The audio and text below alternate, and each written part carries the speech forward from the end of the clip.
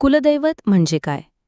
प्रत्येक मराठी कुटुंबाला किंवा कुळाला परंपरेने एक देव किंवा देवी कुलदैवत मानले जाते. हे कुलदैवत पिढ्यानपिढ्या पूजले जाते. कुलदैवत हे कुटुंबाच्या रक्षणासाठी, सुखशांतीसाठी आणि संकट निवारणासाठी पूजले जाते. उदाहरणं: काही कुळांचे कुलदैवत महालक्ष्मी कोल्हापूर, काहींचे काळभैरव, काहींचे श्रीखंडोबा जेजुरी, काहींचे तुळजाभवानी तुळजापूर इत्यादी. टाक म्हणजे काय? टाक किंवा कुलटाक ही एक विशिष्ट पद्धत आहे ज्यात कुळातील लोक एकत्र जमून कुलदैवताची पूजा करतात.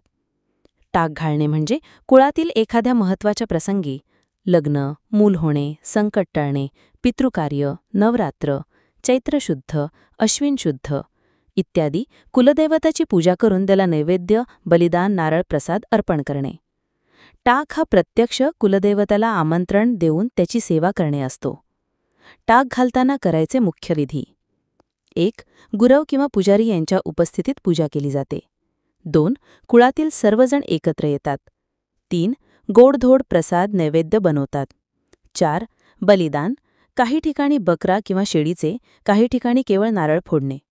5. पूजा झाल्यावर प्रसाद सर्वजण मिळून खातात. 6. यावेळी एकत्रित बसून कुटुंबातील गोष्टी ठरवल्या जातात. कुळाचार म्हणजे काय? कुळाचार म्हणजे कुळापासून चालत आलेली धार्मिक आणि सामाजिक परंपरा. जसे एखाद्या कुटुंबाला कुलदैवत असते, तसे त्या देवतेची पूजा करण्याची एक पद्धत असते. कुळाचारानुसार काही गोष्टी करणे बंधनकारक असते. उदाहरणं: नवरात्रीत तुळजाभवानीला जाणे, जेजुरीत खंडोबाच्या यात्रेला जाणे, विशिष्ट महिन्यात उदाहरणार्थ चैत्र किंवा पौष महिन्यात टाक घालणे. काही ठिकाणी कुळाचार म्हणून नवरात्रात बकरा देणे, तर काही ठिकाणी तो निषिद्ध असतो. लग्न किंवा इतर मंगल प्रसंगात कुळाचार पाळून कुलदेवताची पूजा केल्याशिवाय पुढील विधी होत नाहीत. कुलटाक आणि कुळाचार यांचे सामाजिक आणि सांस्कृतिक महत्त्व. हे कार्यक्रम कुळातील नातेसंबंध टिकवतात. दूर राहणारे नातेवाईक अशावेळी एकत्र भेटतात. कुलदैवताची पूजा म्हणजे आपल्या मूळ परंपरेशी नातं जपणं. या परंपरांमुळे पुढच्या पिढ्यांना आपल्या मूळ गावाशी आणि देवतेशी ओळख राहते. लोकशाही पूर्वकाळात टाक घालणे म्हणजे कुळातील निर्णय घेण्याची बैठकही असे. उदाहरण: जर कोणाचे कुलदैवत खंडोबा जेजुरी, तर त्यांच्या कुळाचारानुसार पौष पौर्णिमेला जेजुरीला यात्रा करणे, बकरा, नारळ फोडणे, भंडारा लावणे हे बंधनकारक असते. जर कुलदैवत तुळजाभवानी असेल, तर नवरात्रात तुळजापूरला जाणे, देवीसमोर नवस बोलणे ही परंपरा असते. निष्कर्ष: कुलदैवताचे टाक म्हणजे सामूहिक पूजा व प्रसाद वितरण. कुळाचार म्हणजे त्या देवतेच्या पूजेशी संबंधित परंपरा. हे दोन्ही एकत्रितपणे कुटुंब आणि समाजाला बांधून ठेवतात. या परंपरा केवळ धार्मिक नसून सामाजिक ऐक्य, संस्कृतीचे जतन आणि नातेसंबंध घट्ट ठेवण्याचे साधन आहेत. अनादिकाळापासून मानव आपल्या सभोवतालच्या अमर्याद निसर्ग शक्तींना देवतांच्या रूपात पाहत आला आहे आणि त्याचे विविध रूपातून पूजन करीत आला आहे. निसर्गाच्या या अमर्याद शक्तीचे पूजन करताना त्याने चराचरात देव पाहिला आणि त्याला मूर्तरूप देऊन त्याचे मंदिर उभारून पूजा करू लागला. अशा अनेक देवदेवतांमधील कुलदैवतांचे स्थान त्याच दृष्टीने महत्त्वपूर्ण.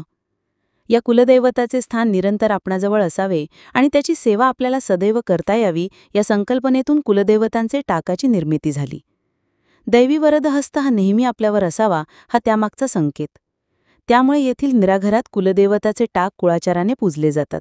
कुलदैवतांचे टाक धातूपासून बनलेले असतात. चांदीचे पत्र्यावर कुलदैवताची प्रतिमा उठावाने तयार केलेली असते. पंचकोनी असलेल्या या टाकांचे मागील बाजूस राळ लाख लावून मागील बाजूने तांब्याची पाट बसवलेली असते. हा संपूर्ण टाक जोडविरहित असावा असा संकेत आहे. निसर्गाच्या मूळ तत्वातच दैवी अंश मानलेला असल्यामुळे या टाकांची निर्मिती ही याच संकेताच्या आधारे केली जाते.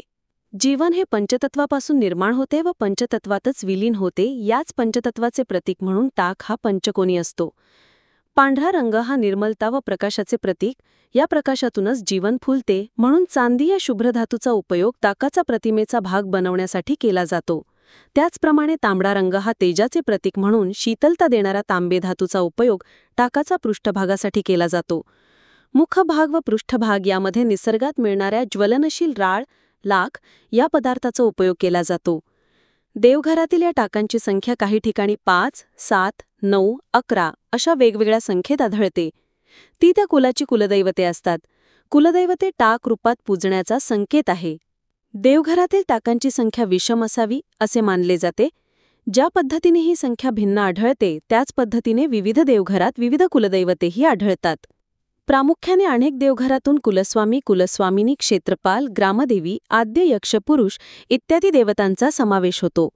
कुटुंबाचे कुळाचे मूळ ठिकाण, जात, कुळ इत्यादी घटकांचा देवघराच्या रचनेवर परिणाम होतो. त्यामुळे प्रत्येकाची कुलदैवते बदललेली असतात. खंडोबा हा कुलस्वामी मात्र जवळजवळ सर्वच घरामध्ये दिसतो. भवानी, महालक्ष्मी, रेणुका इत्यादी कुलस्वामिनी वेगवेगळ्या परिवारातून दिसतात. मरियाई, लक्ष्मीआई, काळकाई, जानाई, यमाई, बोलाई, जरीमरी, साती आसरा अशा कितीतरी विविध नावांनी ओळखल्या जाणाऱ्या देवताही विविध कुळामधून कुलदैवतामध्ये दिसतात. ज्योतिबा, रवळनाथ, वीर, बापदेव अशी अनेक पुरुष दैवतेही देवघरातील टाकांमध्ये विविध देवघरात असतात. तर काही मुळात एकच असणारी दैवते वेगवेगळ्या भागात वेगवेगळ्या नावांनी ओळखली जातात. काही परिवारामध्ये पूर्वज म्हणजे पितर यांचीही स्थापना देवघरात टाकरूपाने केलेली असते, तर काही भागात चेडा, वेताळ, मुंजा अशी वेगळ्या वर्गातील देवतांची स्थापना देवघरात दिसते. एकंदर जात, कुळ, निवासाचा परिसर, मूळ निवास या सर्वच घटकांचा परिणाम देवघरातील टाकांच्या रचनेवर असतो. त्यामुळे प्रत्येकाची कुलदैवते बदललेली असतात. आपल्या देवघराची व कुलधर्म कुलाचाराचे परंपरांची माहिती प्रत्येक परिवाराला असणे गरजेचे असते. आपल्या देवघरातील टाक परिपूर्ण व योग्य संख्येत असावे, तसेच एकाच देवतांचे अनेक प्रतिमा नसाव्यात असा पारंपरिक धार्मिक संकेत आहे.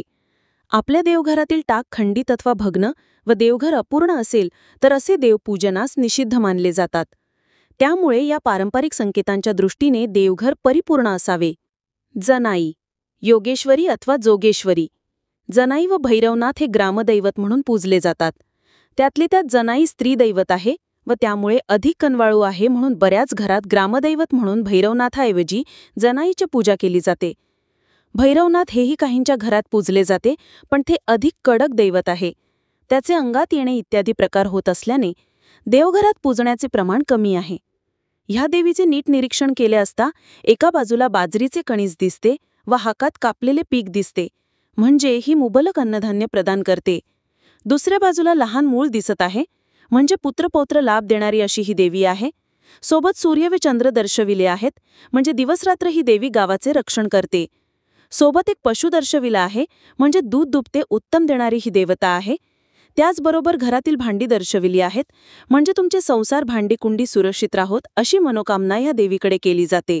थोडक्यात ग्राम किंवा गाव यामध्ये जे जे अंतर्भूत होते त्याचे रक्षण करणारी अशी ही ग्रामदेवता जनाई देवी आहे. चैत्र महिन्यात ग्रामदैवताची जत्रा असते, तेव्हा व विजयादशमीला ग्रामदैवताला नैवेद्य करावा असा कुलाचार आहे. लक्ष्मी देवी. ऋग्वेदात असलेली श्री किंवा लक्ष्मी आणि ही लक्ष्मी देवी यात साम्य असले तरी ती तीच ऋग्वैदिक लक्ष्मी नाही. बरेच लोक हिला पलगावर बसलेली असल्याने हिला पलगावरची देवी असे म्हणतात. लक्ष्मी स्थिर असावी म्हणून ही बसलेल्या मुद्रेत आहे. तिच्या हातात शस्त्र असल्याने ती धनसंपत्तीचे रक्षण करणारी अशी आहे. सोबत सूर्य व चंद्र दर्शविले आहेत, म्हणजे दिवसरात्र ही देवी धनसंपत्तीचे रक्षण करते. पूर्वी देवीच्या रोगाची साथ आल्याने खूप लोक दगावले जात असत. नंतर लसीकरण केल्याने ही साथ आटोक्यात आली. पण पूर्वी आषाढ महिन्यात पावसामुळे जलस्रोत दूषित होत असत आणि आजार पसरत असे. त्यामुळे बऱ्याचदा तो देवीच्या प्रकोपामुळे पसरला आहे असा समज होता. या देवीला मरियाई, महामारी, कडकलक्ष्मी असेही संबोधले जाते. आषाढ महिन्यात नैवेद्य करून पुढे देवीचा कोप होऊ नये, पीक उत्तम यावे व संपत्ती वाढावी अशी मनोकामना केली जाते. म्हसोबा. हा परिचित देव असला तरीही बराच गूढ असा देव आहे. ज्योतिबा फुले म्हसोबाला महसुलाचा अधिपती असे म्हणतात, म्हणजे थोडक्यात एका ठराविक क्षेत्राचा महसूल गोळा करणारा. आता आपण टाकाचे निरीक्षण करू. यात एक रेडा दर्शविला आहे. हा रेडा म्हणजेच महिष. महिष म्हणजेच महेश, म्हणजे हा शंकराचा ग्राम्य स्वरूपातील टाक आहे. आता थोडे पुराण कथेकडे वळू. जेव्हा देवीने महिषासूर मर्दन केले तेव्हा त्याच्या शरीरातून स्वतः शिव प्रकट झाले. चांगली आणि वाईट हे दोन्ही एकाच परमेश्वराची निर्मिती आहे हे सांगण्यामागचा त्यांचा उद्देश होता. शेतकी जीवनात पशुचे महत्त्व खूप आहे. म्हसोबा हा खरे तर महिसोबाचा अपभ्रंश आहे हे टाकाचं चित्र पाहून लगेच लक्षात येते. म्हसोबा हा शेतात विहिरीजवळ असतो. त्याचं ठराविक क्षेत्र असते. त्या